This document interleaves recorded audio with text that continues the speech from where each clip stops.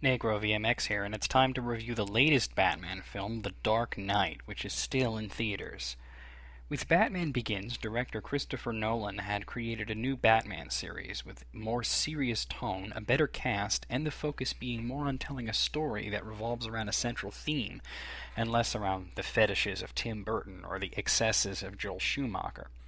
For once, it seemed like a Batman fan was in the director's seat, but the film is anything but fan service, because Nolan is also still a filmmaker, and has no interest in pandering to fans at the expense of his art.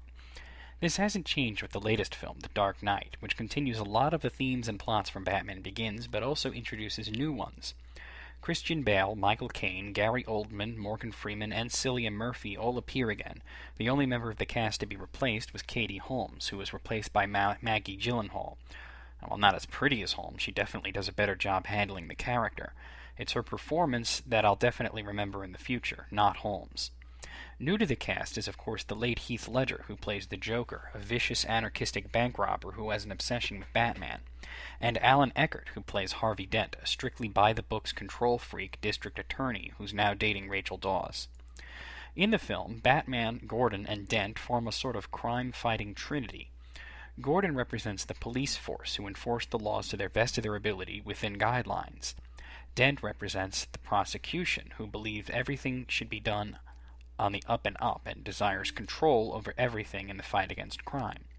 In many scenes he uses a coin flip to decide things, and other characters deride him for leaving important decisions to blind luck. But his coin has two heads. He can never lose.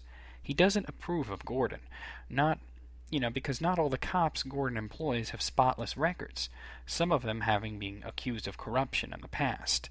Dent considers himself to be incorruptible.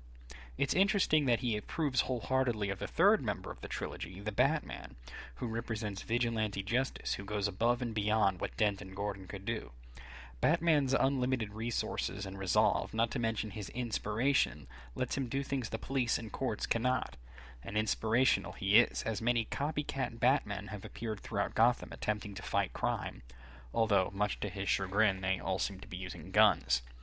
As Ra's al Ghul pointed out in Batman Begins, any man can be corrupted, destroyed, or otherwise subverted, but an ideal cannot. Batman is an ideal, a mask to hide behind, that can absorb any attacks and be anything the city needs. Nolan, in making this film, understands something that people like, say, Frank Miller will never understand. Bruce Wayne doesn't want to be Batman. He doesn't enjoy dressing up like a bat and beating up criminals. Rather, he feels he must, partly to atone for his parents' death, and partly to make the world a better, brighter place that won't need a Batman anymore. He believes that Dent is the perfect thing to bring an end to his career as Batman, a squeaky clean politician that believes in the same things as he does, and is working to make the city better, only without a mask. Dent is often referred to as the White Knight, the one who can make Gotham a city that doesn't need Batman. However, as I pointed out, while Batman is an ideal, Dent is just a man, and men can be corrupted. Enter the Joker. The Joker is played wonderfully by Heath Ledger, who disappears into his role even more completely than Gary Oldman had in his role. I barely noticed that Heath Ledger was in the film. It seemed like they, got the Joker to be in it, which, considering he's a fictional character, really is something. Ledger's turn as the Joker is so complete that he even has a distinct posture. For example, in the opening scene, in which several men with clown masks rob Sal Maroni's bank, I was able to easily pick out which one of them was the Joker, just based on his posture. Ledger understands that the Joker sees himself as a force of chaos, but he must seemingly contradict his own nature by carefully planning every step of his campaign. The criminal underworld, led by various factions and the power vacuum left from the first film, turns to the Joker to unite them, not realizing that he's not in it for money or fame or anything. He just likes to fuck shit up. And fuck shit up he does, causing destruction and mayhem throughout Gotham, bringing out the worst in its citizens, and creating a truly anarchistic atmosphere. The Joker soon has control over the entire city through his terrorist campaign of fear. And fear is the right word. While criminals may be a cowardly and superstitious lot that are apt to be afraid of someone like the Batman, anybody would be scared of the Joker. He comes off as almost ridiculously frightening, particularly the tapes he sends to the media of him forcing people to read statements and then killing them, all while cackling madly. Now, I don't want to get too much into the details of the plot, as the film is still out and maybe you haven't seen it yet, but I will say that the plot is absolutely masterful, with everything falling into place like perfectly lined up dominoes.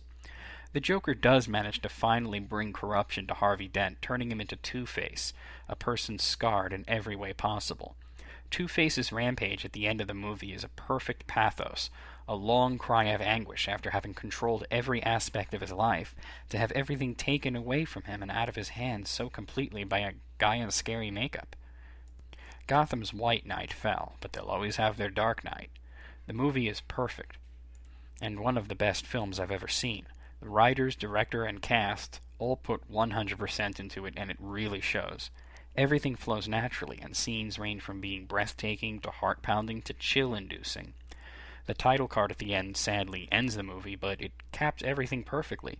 The fact that Heath Ledger died shortly after making this movie is a great tragedy, because the world lost an amazing talent and one of the greatest movie villains ever. The Dark Knight gets a perfect 10 out of 10.